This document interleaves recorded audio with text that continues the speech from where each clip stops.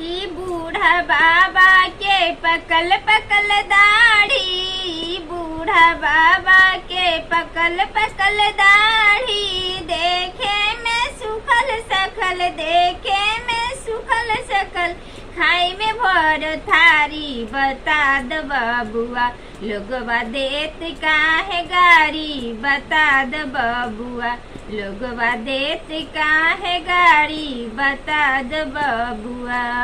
ई बूढ़ा बाबा ने कैलन मदारी, बूढ़ा बाबा ने कैलन मदारी, खाई खातिर बेटा पुतौ के दिहलन निकाली, बता द बबुआ लोगवा देत काहे गारी, बता द बबुआ।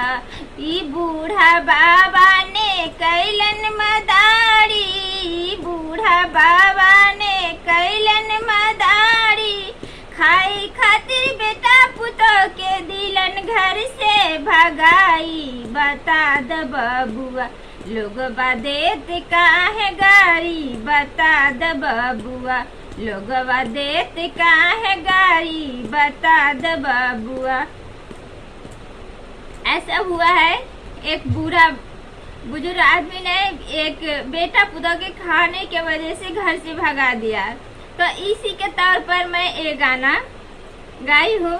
यदि कोई गलती है तो हमारी माफ करना, और अच्छा लगे वीडियो तो लाइक शेयर जरूर करना, बेल आइकन को जरूर दबाइएगा।